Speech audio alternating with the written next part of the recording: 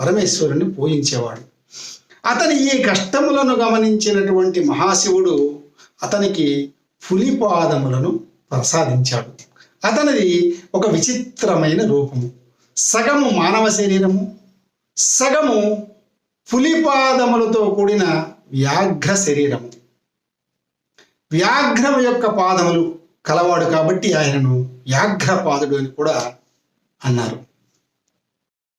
అయితే చిదంబర క్షేత్రములో నటరాజస్వామి ముందు ఇద్దరు వ్యక్తులు నమస్కరిస్తూ ఉన్నటువంటి ఒక చిత్రం ఉంటుంది.